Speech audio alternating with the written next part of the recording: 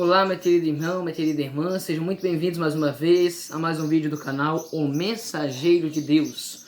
O meu nome é Israel Barros, eu sou missionário do Ministério OMD e hoje nós iremos meditar um pouco a respeito de alguns capítulos da história do Brasil, lá no início. Então, para isso, nós precisamos de voltar ao ano de 1822. Bom, no ano de 1822, no dia 7 de setembro deste ano, foi proclamada a independência do Brasil, o famoso grito do Ipiranga, né? Independência ou morte? Quando Dom Pedro I proclama isto, ele está... O Brasil ele se livra de Portugal. Depois de 2 anos de guerra, de 1822 a 1824, Portugal ele finalmente reconhece a supremacia do Brasil. E Dom Pedro I foi imperador desde 1822 até meados de 1830. O problema é que em meados de 1830 surgiu uma necessidade de Dom Pedro I retornar a Portugal. Por que isto? Por causa que lá em Portugal estava tendo um choque político. Por quê? O irmão dele estava querendo usurpar o lugar que pertencia a ele. Entendeu? Ele era o mais velho e ele era o herdeiro do trono português. Porém, seu irmão estava querendo usurpar, né, o trono português. E daí ele foi obrigado a voltar para lá para colocar a sua filha no lugar dele, como rainha de Portugal. Entendeu? Então ele foi obrigado a ir para lá e nunca mais voltou. Porém, enquanto ele estava no Brasil, ele teve um filho. O nome dele, Dom Pedro também, conhecido como Dom Pedro II. O grande imperador do Brasil, aquele que levou o Brasil à era de ouro da sua monarquia, né? Tá, mas Dom Pedro II, quando nasceu, ele perdeu sua mãe, porque a sua mãe teve complicações do parto e quando ele nasceu, a sua mãe morreu. Nós encontramos algo semelhante na Bíblia, né? Raquel, quando teve a Benjamim, não suportou e morreu. Benjamim perdeu a mãe também no seu nascimento. O mesmo aconteceu com Dom Pedro II. Ele perdeu sua mãe ao nascer. E daí ele foi criado por seu pai e José Bonifácio até quando ele tinha seus 7, 8 anos de idade. Porém, quando ele tinha seus 7, 8 anos de idade, o seu pai foi obrigado a ir para Portugal e resolver o problema que estava tendo com relação ao trono português. E daí o que aconteceu? Dom Pedro perdeu também o seu pai quando ele tinha seus 7, 8 anos de idade. E agora? Sem pai e sem mãe. Você já parou para se perguntar? Como você estaria sem seu pai e sua mãe? E agora? Né? Como você se sentiria sem seu pai e sem sua mãe? Pois é, mas foi dessa forma que Dom Pedro II se sentiu sem ter seu pai e sua mãe. E agora ele foi criado por José Bonifácio. José Bonifácio era um homem culto. E ele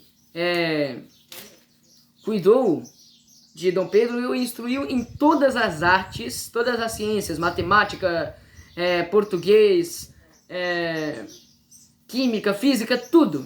O dia de Dom Pedro começava às 5h30 da manhã e terminava às 8 horas da noite. Né? Então era um dia realmente cheio de deveres, né, para Dom Pedro II. No entanto, apesar das dificuldades que Dom Pedro II teve no início do seu nascimento e na sua criação, não tendo pai e mãe, ele ainda assim se tornou um grande homem. E é conhecido como um dos homens mais cultos de todo o mundo. E também um dos mais cultos do Brasil. Ele falava muitos idiomas. Dom Pedro II falava muitos idiomas e, no entanto, ele era uma pessoa humilde. Ele diz que ele ia da sua casa para o seu trabalho como um cidadão comum. Ele ia com pasta, com terno, ele não se vestia como um imperador naquela época. Quando ele ia para o seu trabalho, ele se vestia como um cidadão. Tanto é que quando teve a Guerra do Paraguai, ele foi para a guerra vestido como um soldado. Ele não foi como um imperador, ele foi como um soldado. Ele só não lutou porque o Duque de Caxias mandou ele voltar para o Rio de Janeiro. Mas ele era uma pessoa muito humilde. E agora, eu quero mostrar o paralelo que a história de Dom Pedro II tem com a palavra de Deus. O que a palavra de Deus fala a respeito de dificuldades e como aqueles que passam por dificuldades podem ser honrados pelo Senhor. Vamos abrir a Bíblia. Se você tem a Bíblia em casa, vamos abrir a Bíblia no livro de Josué, capítulo 1. Vamos ao livro de Josué, capítulo 1. Abramos a Bíblia no livro de Josué, no capítulo 1 e o versículo 9. Diz o seguinte: Não te mandei eu? Ser forte e corajoso, não temas e nem te espantes, porque o Senhor teu Deus é contigo, por onde quer que andares. Então nós conseguimos ver a importância, irmãos, de, mesmo nas dificuldades, nós sermos fortes e corajosos.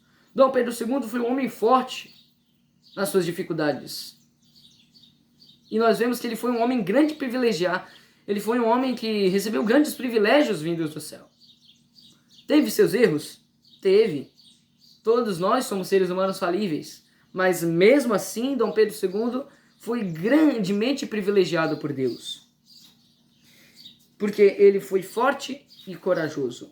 Vamos agora abrir em Tiago capítulo 1, dos versos 2 até o verso 4. Vamos abrir agora a Bíblia em Tiago capítulo 1,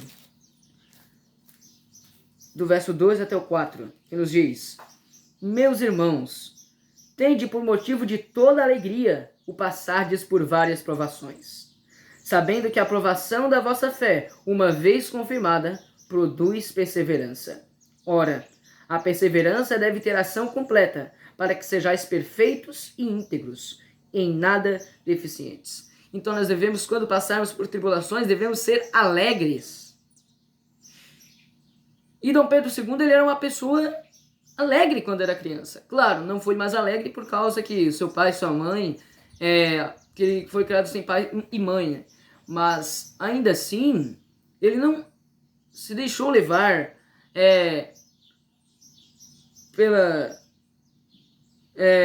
pelo desânimo. Não, de forma alguma. Ele ficou alegre ainda em meio às provações. Ele ainda foi feliz. E é isso que a palavra de Deus nos orienta.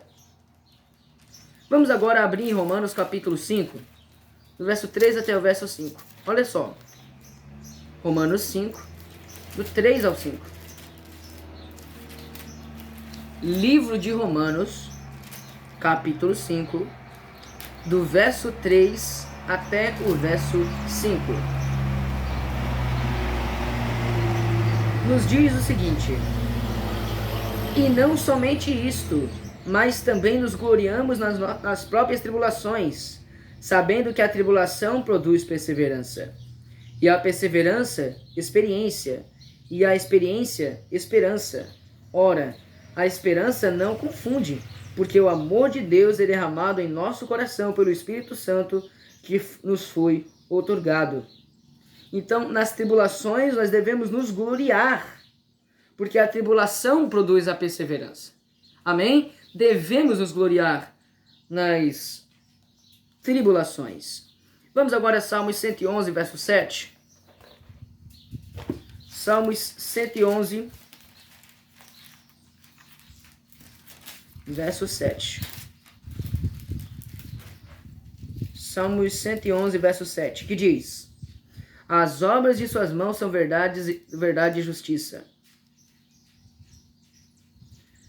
Fiéis todos os seus preceitos. Então nós conseguimos ver aqui que Deus ele fará justiça. E se a pessoa for passar por dificuldades, ela vai ser honrada. Olha só o que diz Mateus 6,34. Olha só. Mateus capítulo 6, e o verso 34, que nos diz: portanto, não vos inquieteis com o amanhã, pois que o amanhã trará os seus cuidados. Basta ao dia o seu próprio mal. Então muitas vezes nós nos preocupamos em pensar com amanhã. Ah, mas eu tô triste, amanhã eu vou ficar mais triste. Não! Hoje você está triste, amanhã você não vai ficar mais triste. Então você deve ter isso em mente. E agora, olha só, irmãos. Nós vamos ler um pouco a respeito agora da humildade. Vamos a Tiago capítulo 4. Voltar a Tiago capítulo 4 agora. E o verso 10. Tiago capítulo 4, verso 10. Tiago 4, verso 10. Tiago 4, verso 10. Nos diz o seguinte: humilhai-vos na presença do Senhor e Ele vos exaltará. E nós vemos que Dom Pedro II foi um homem humilde e Deus o exaltou sobremaneira. Né? E assim também nós devemos ser humildes, nos humilharmos na presença do Senhor. Agora, olha só, 1 Pedro capítulo 5, versos 6 e 7. Olha aqui, 1 Pedro 5, 6 e 7, que nos diz: humilhai-vos, portanto, sob a poderosa mão de Deus, para que ele em tempo oportuno vos exalte, lançando sobre ele toda a vossa ansiedade, porque ele tem cuidado de vós.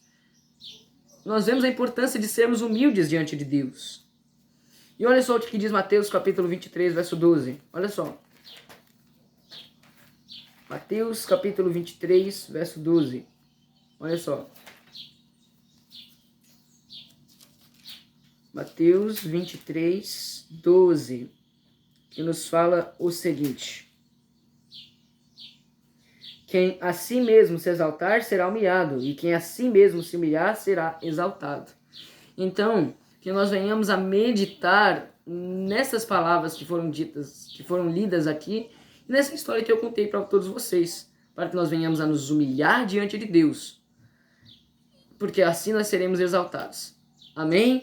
Que Deus abençoe a todos. Até mais. Tchau, tchau. Não se esqueçam também de, se vocês gostaram, vocês se inscrevam no nosso canal e ativem o sininho para mais notificações. Além de comentar, curtir e compartilhar para que mais pessoas venham a ter acesso a esta mensagem. E é isso, meus irmãos.